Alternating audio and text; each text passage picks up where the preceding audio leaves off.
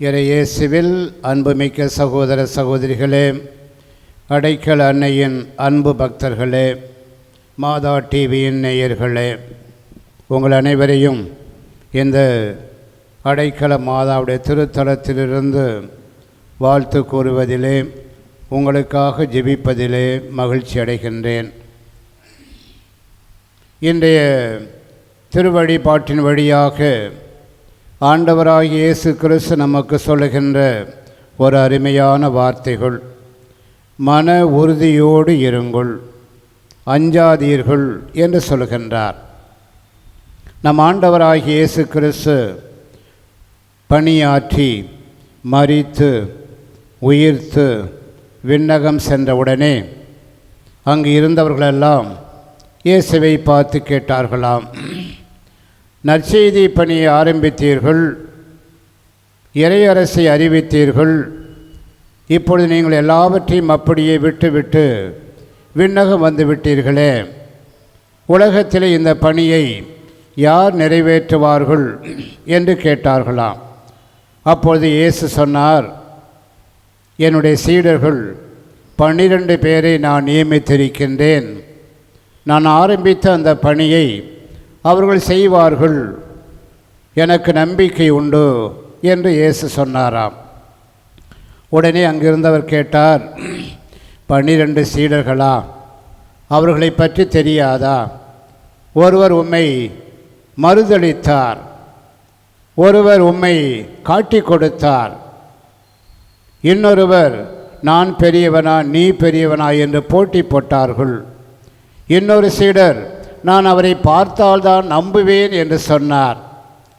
இப்படிப்பட்டவர்களை வைத்தால் நீ நற்செய்தி பணியை ஆரம்பித்திருக்கின்றாய், இறையாட்சி பணியை தொடர்வார்கள் என்று நீ நம்புகின்றாயா என்று இயேசுவை பார்த்து கேட்டார்களாம்.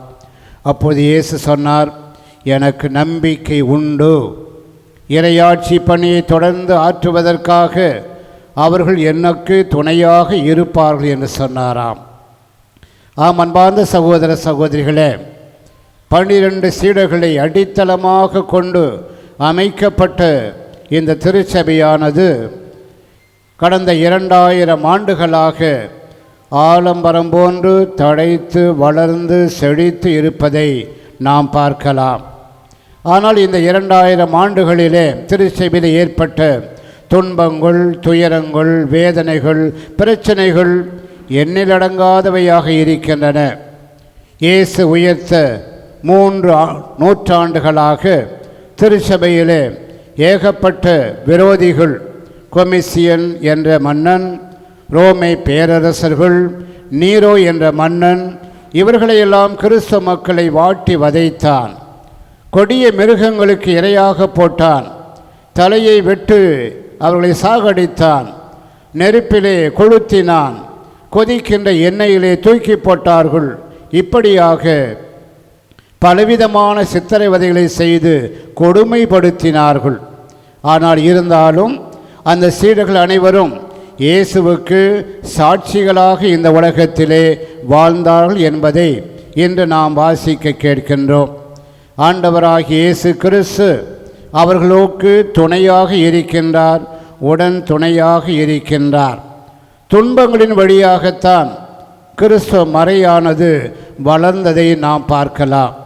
அன்பார்ந்த அன்னையின் பக்தர்களே, அலையில்லாத கடல் உண்டா? ஆசையில்லாத மனிதன் உண்டா? துன்பமில்லாத வாழ்க்கை உண்டா? நாம் பார்க்கவே முடியாது. இந்த உலகத்திலே ஏகப்பட்ட துன்பங்கள், துயரங்கள், வேதனைகள் நம்மை வாட்டி வதைக்கின்றன. ஆனால் இயேசு சொல்கின்ற அருமையான வசனங்கள், மன உறுதியோடு இருங்கள், நம்பிக்கையோடு இருங்கள், உங்களுடைய தலைமுடியெல்லாம் எண்ணப்பட்டுள்ளது, அது ஒன்று கூட விழவே விடாது என்று சொல்கின்றார்.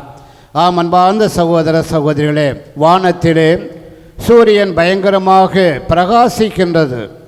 ஒரு சில சமயங்களிலே மேக மூட்டம் வந்து அதை மூடி மறைத்து விடுகின்றன.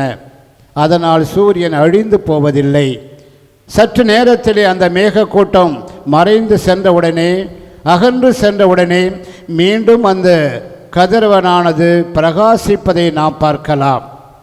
அதே போன்றுதான் திருச்சபையிலே ஏகப்பட்ட பிரச்சனைகள் துன்பங்கள் வந்தாலும் யாராலுமே அதை அழிக்கவே முடியாது. ஏனென்றால் அதை ஆரம்பித்தவர் நம் ஆண்டவராகிய இயேசு கிறிஸ்துவாக இருக்கின்றார். அன்பார்ந்த சகோதர சகோதரிகளே, இவ்வளவு துன்பத்திற்கும் மத்தியிலும் சீடர்கள் எப்படி அழைக்கப்பட்டார்கள் என்றால் நம்பிக்கையாளர்கள், இயேசுவினுடைய சாட்சிகள், ஆண்டுடைய உயிர்ப்புக்கு சாட்சிகளாக இருக்கின்றார்கள் என்று அவர்கள் அழைக்கப்படுகின்றார்கள் என்பதை நாம் இந்த உலகத்திலே பார்க்கலாம். எனவே அன்பார்ந்த சகோதர சகோதரிகளே, துன்பம் இல்லாமல் இன்பம் இல்லை, சிலுவை இல்லாமல் செங்கோல் இல்லை, சோகம் இல்லாமல் சுகம் இல்லை, தடை கற்கள் இல்லாமல் படிக்கற்கள் அமைவதில்லை, பாடுகள் இல்லாமல் மீட்பு இல்லை என்பதை நாம் வரலாற்றிலே உணர்ந்து பார்க்கலாம். அன்பார்ந்தவர்களே, நாம் கவலைப்படுவதினாலே எந்த பிரயோஜனமும் இல்லை, மாறாக நம்மையே நாம் கெடுத்து கொள்கின்றோம். கவலையை தவிர்த்து நாம் ஆண்டவர் மீது நம்பிக்கையோடு வாழ வேண்டும் என்று இறைவன் நமக்கு அழைப்பு விடுக்கின்றார். கவலை கொள்வதினாலே மனிதன் உடல் நலனை கெடுத்து கொள்ளுகின்றான். மன கவலையை ஒழிக்க வேண்டும் என்று இறைவன் சொல்கின்றார். கவலையினால் யாரும் உங்களுடைய ஒரு முழம் கூட உங்களை உயர்த்தி கொள்ள முடியாது என்று இயேசு அருமையாக சொல்கின்றார். எனவே அன்பார்ந்த சகோதர சகோதரிகளே, இந்த உலகத்திலே பலவிதமான துன்பங்கள், சிறப்பாக புவியியல் மாற்றம் ஏற்படுகின்றன, பருவநிலையிலே மாற்றங்கள் ஏற்படுகின்றன, நிலநடுக்கம் ஏற்படுகின்றன, பஞ்சம் ஏற்படுகின்றன, கொள்ளை நோய் ஏற்படுகின்றன, வானத்திலே பல அடையாளங்கள் இன்றும் நடந்து கொண்டேதான் இருக்கின்றன. இருப்பினும் நம்மை அழைத்த கடவுள் நம்மோடு இருக்கின்றார்.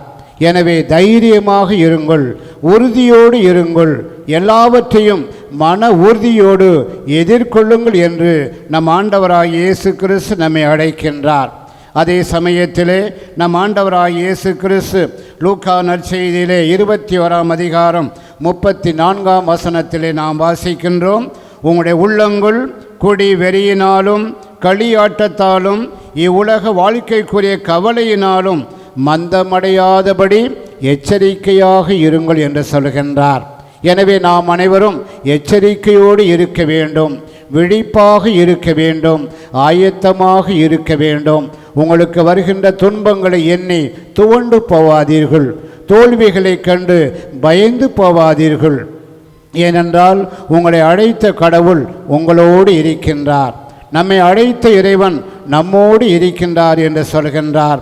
எனவே அன்பார்ந்த சகோதர சகோதரிகளே, நாம் எப்படிப்பட்டவர்களாக வாழ வேண்டும் என்றால் நன்றியோடு கூடிய ஜபங்களை, மன்றாட்டுக்களை கடவுளிடம் நாம் எடுத்து சொல்கின்ற மக்களாக இருக்க வேண்டும்.